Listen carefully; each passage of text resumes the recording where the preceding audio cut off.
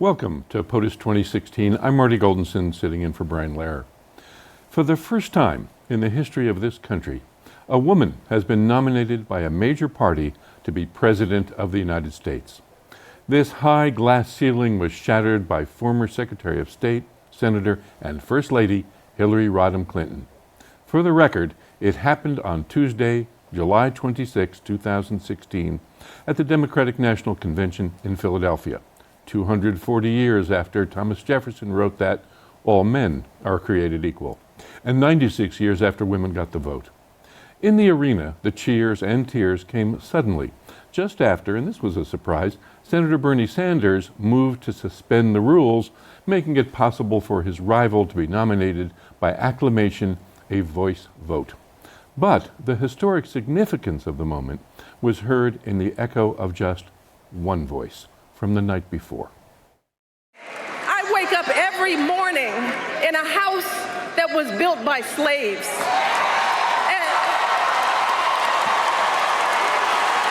And I watch my daughters, two beautiful, intelligent black young women, playing with their dogs on the White House lawn.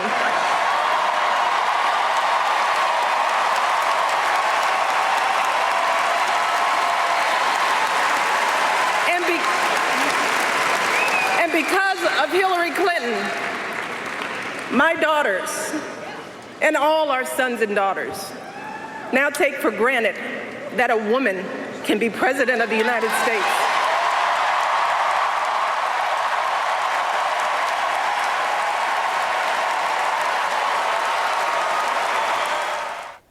After the roll call put Hillary Clinton over the top, the nominee appeared briefly via video link, but won't formally accept her nomination until Thursday. However, her husband spoke. Former President Bill Clinton detailed Hillary's personal story and her long record of public service. In a few minutes, we'll deconstruct that speech and other ones with our guests. But first, 16 weeks from the finish line, should we bet on Hillary to win or to place?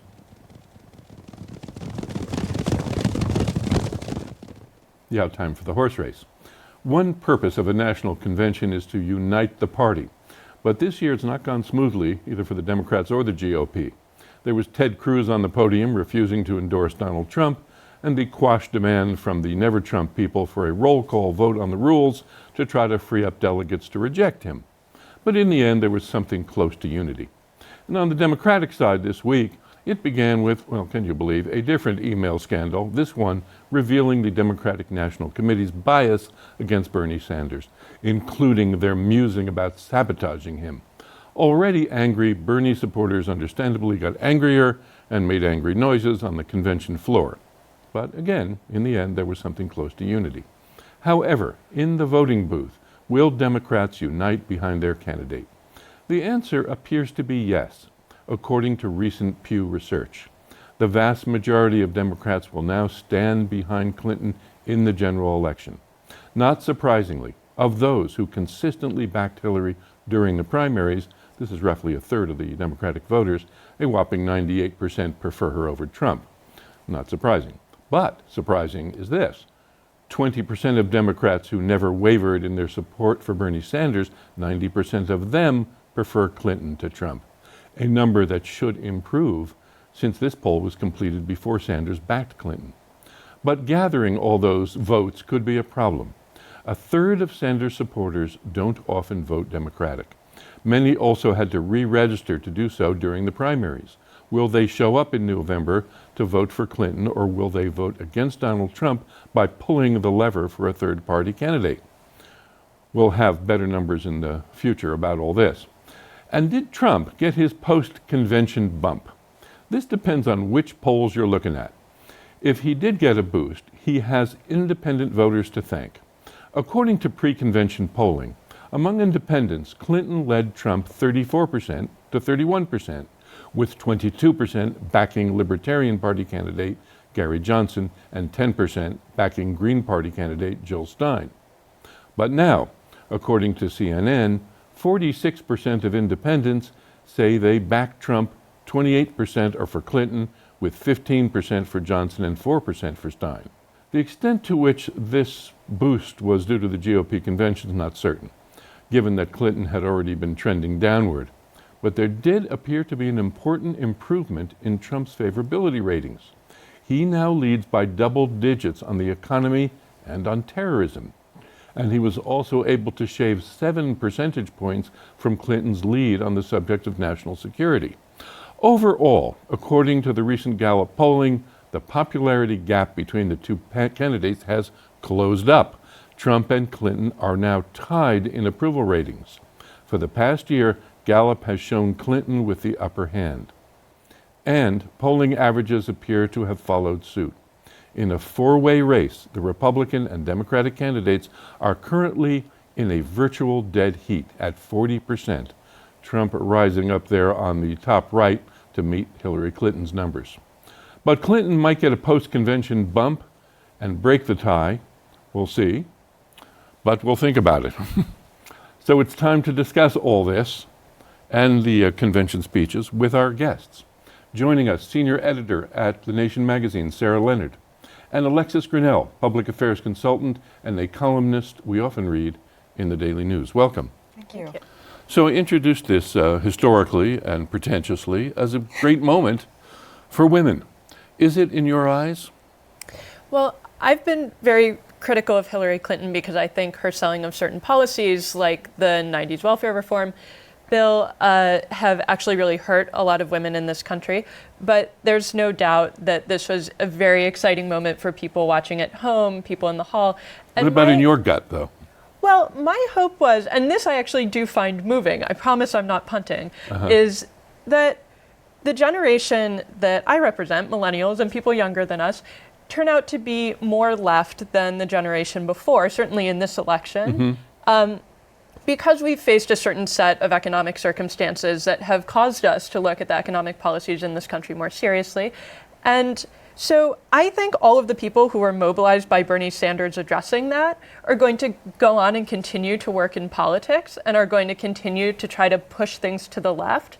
And if more women are doing that, if women think, if this can be a token of gender equality, that will be extremely positive for that movement, maybe, in the sense that we've right now had a funny coalition of young millennials, very diverse, think a lot about things like gender equality, and this candidate who is an old white man who doesn't seem to speak the language of race and gender almost at all.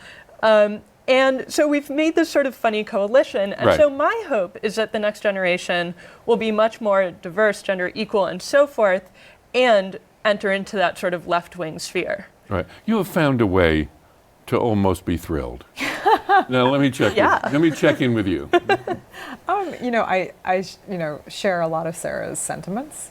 I was personally very moved, and I just at some level thinking about the fact that there's an entire generation of people who will only have known an African American man as a president, and hopefully a woman as a president who will grow up with that legacy, so that it almost will seem as like an afterthought that there was ever any bias against either of those groups achieving that level of status. So that's really mind-blowing to me at some level and really exciting.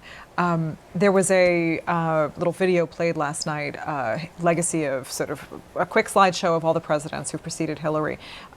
And when they got to Hillary, there was this shattering glass motif and a cut to a live feed of her. And one of the things she said that I thought was really moving and really true, and it really speaks to her lifelong commitment to gender equality and to young girls, is she said, if there are any little girls out there who stayed up late to watch this, you're next. And it was this idea that we're not finished once we achieve a woman in the White House, but that will now change the way we conceive of leadership in the future.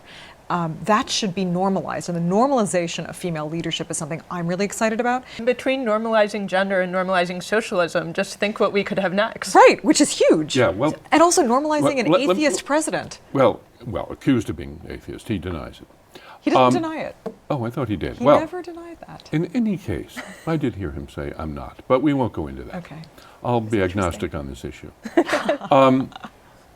In order to really break the ceiling, she has to win. Yes. And Bill Clinton came out and spoke about her in a personal way. And I wonder what you thought, either of you or both of you, thought of that message, of what he did and how he did it. Reaction to that speech? He did a good job of dispelling the fears that everybody has about him, which is that he cannot cede the spotlight for a single moment to anybody else.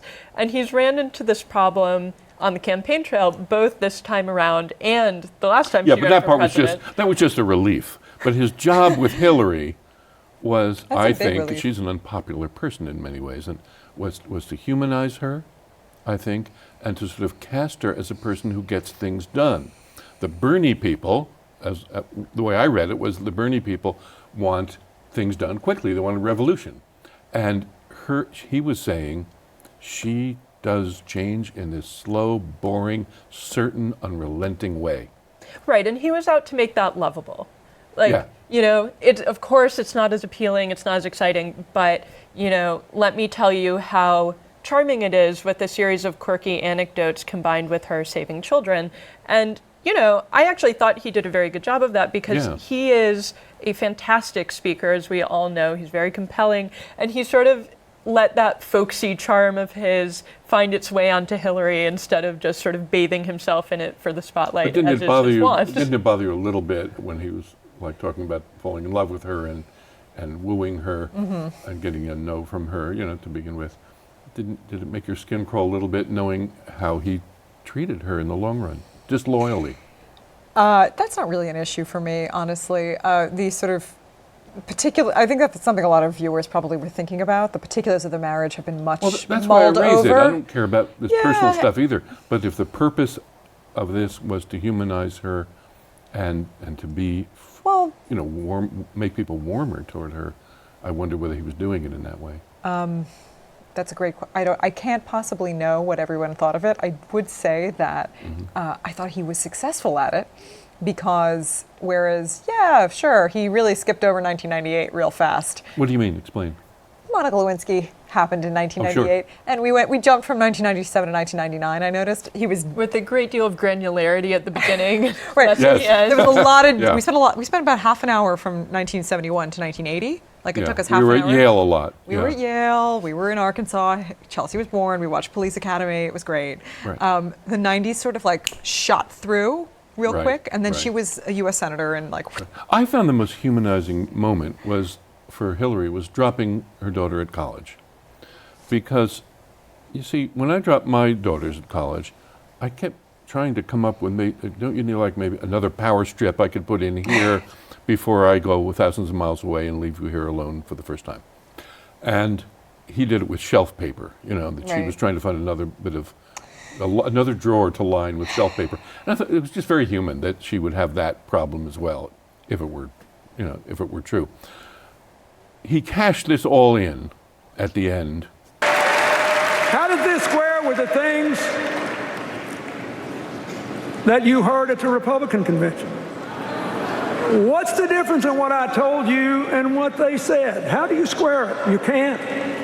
One is real, the other is made up.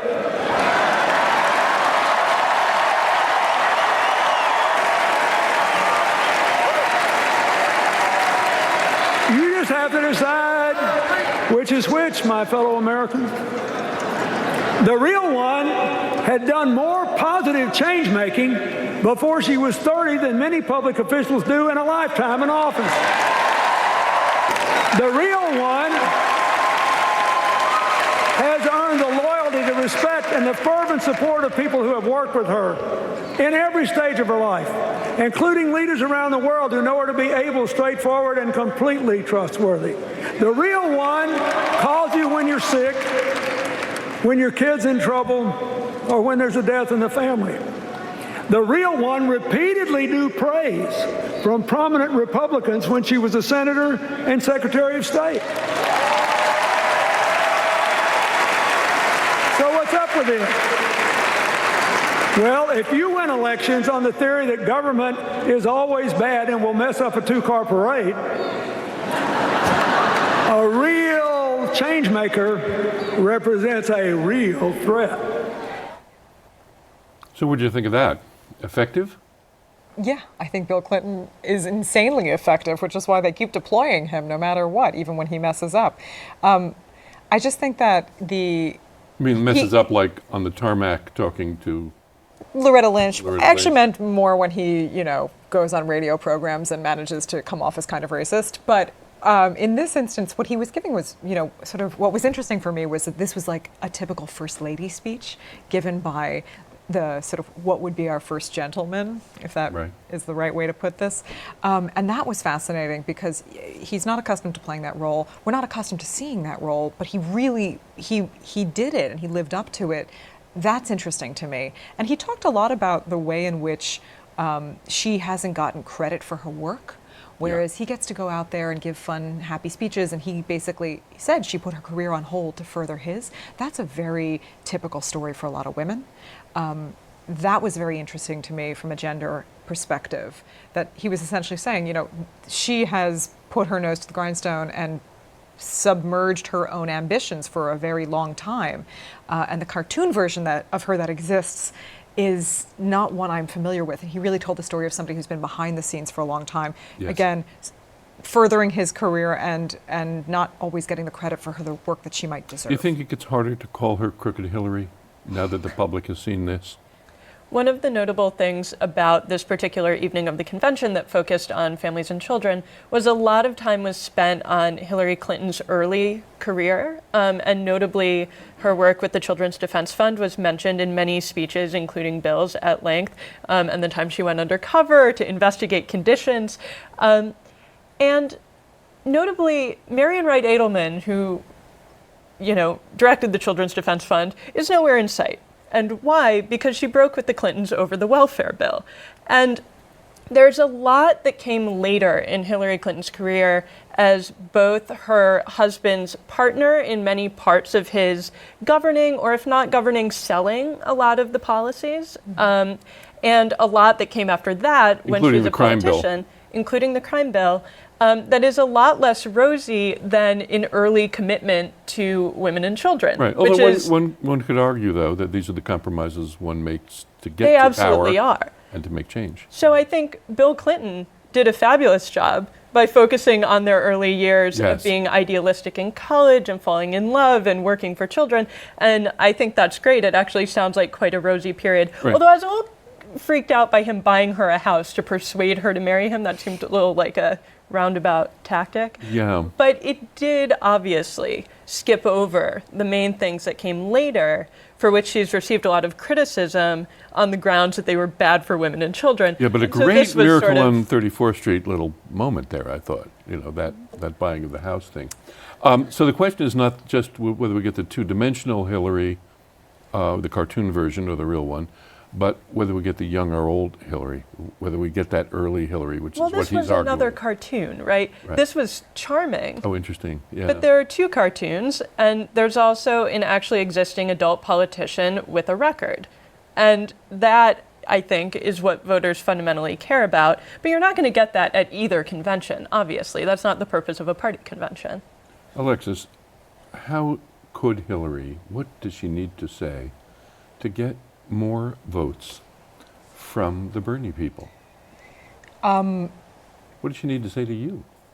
Actually, it's what Bernie has been saying that I think is going to deliver those votes for Hillary, and he's done a But he phenomenal. got booed some of the time for didn't. backing Hillary. Well, some people are going to boo him, and I guess that's just, as Silver. But some people will be moved, do you think? Yeah, I mean, Sarah Silverman made a great off-the-cuff comment at one point to the Bernie or bust people who were booing. She's like, "You're being ridiculous." Yes. Bernie Sanders has gotten up there. He gave a wonderful speech the first night of the convention. He even, Vermont in the roll call yesterday passed the first time. Right. And then he ran down there and they came back to Vermont. Right. And it looks like he facilitated sort of some local on-the-ground peacemaking in that moment. He's really done everything he can to rally the troops, and he's doing the right thing. What I felt a protracted tantrum period that was unseemly and undignified for Bernie, he's really making up at the convention. Well, let's take a second and Sure. another minute or two and see exactly what he said.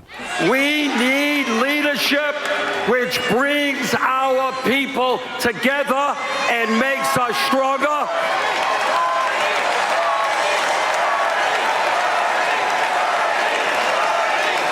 Not leadership which insults Latinos and Mexicans, insults Muslims and women, African Americans and veterans, and seeks to divide us up.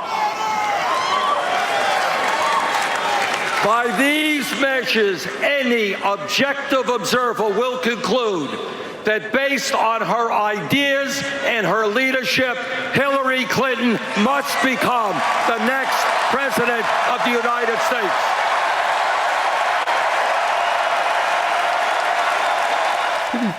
Pretty full-throated Yeah. endorsement, wouldn't you say? Yes, and I would also remind everyone, Bernie has been in the U.S. Congress for about 25 years, a fraction of that time in the Senate, one of the most Byzantine institutions we have. He is absolutely someone who believes that to affect change, you have to have a seat at the change-making table. Right. And I think that is an important message that he is communicating to his followers. Right. Yeah, and some followers are young and don't maybe know what's necessary. They're making those compromises. I think it's worth remembering that anyone who is at the Democratic National Convention as a delegate is probably one of the most passionate supporters of their candidate. These are the diehards. They've worked really, really hard. Yeah. And I don't think that the handful of sort of booing episodes was particularly representative of the electorate. And also, the journalists that the nation has there right now have all said it didn't really sound that way on the floor. I mean, there are Would you say it didn't sound like lots of booing or protests? Yeah, It sounded. it was a little bit, I think, exaggerated by TV. Huh.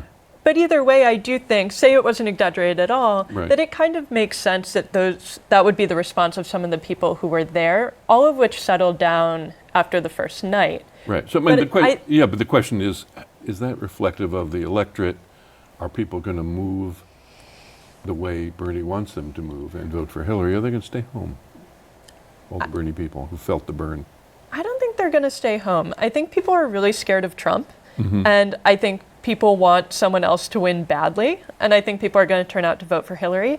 I do think there's been a slightly strange discourse. The front page of the Times website after that night of the convention said, "Can Bernie put down the revolt that he started?"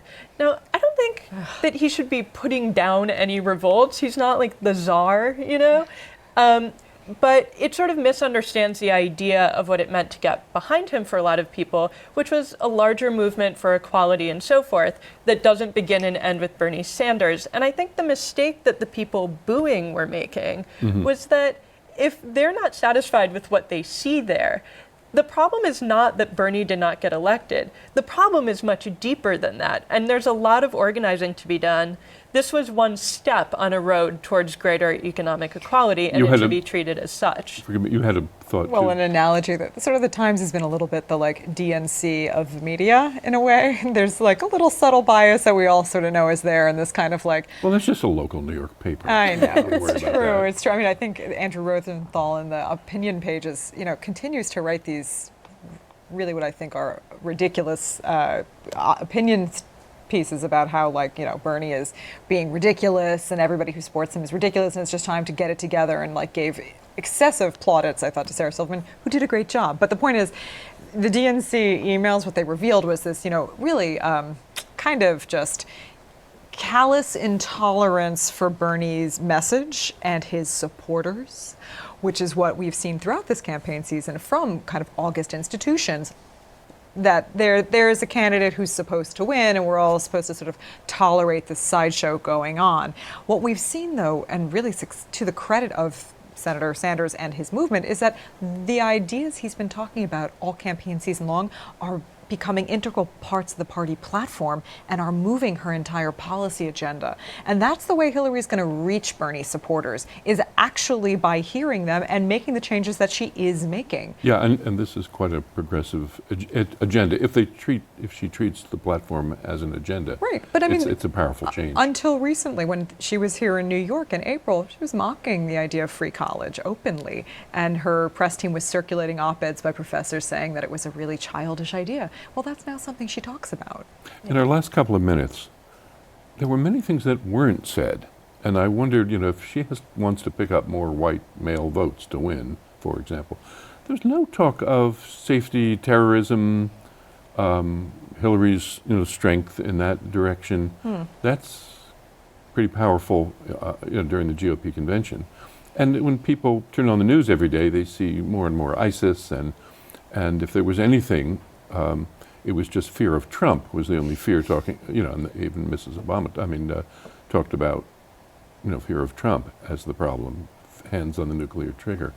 Don't you think that might be a mistake to focus so much on justice, equality, women, racial justice, all that stuff, which is, I'm for it, but what was missing, I thought?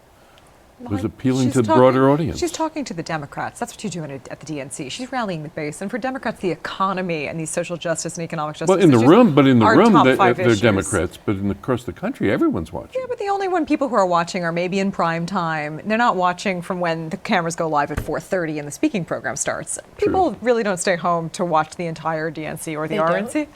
Shocking. C-SPAN is one of the, not a top-rated cable news network for this reason. But she was speaking to the base, and that's a message that does resonate for the base. We know from decades of polling that Republicans rank national security much higher as a top 3 concern. For Democrats, it's historically the economy. And you speak to people's lives. What are people living with day to day? Problems with healthcare, childcare, income. Those are the problems that people are living with, not ISIS. And that's just a fact on the ground, and that's something that Bernie's campaign responded to very well. He talked about only economic equality over and over and over and over again. His stump speech was boring. He gave it again. It's a pretty boring speech, and people love it. Why? Because it resonates with their experience. And I think that this convention is highlighting those issues because they are learning something from this insurgent campaign. And I think that actually is reaching people more than the theatrics about ISIS. Sounds to me like this is going to be about turnout. Who gets their base out? That Hillary can win if the Hillary people come out.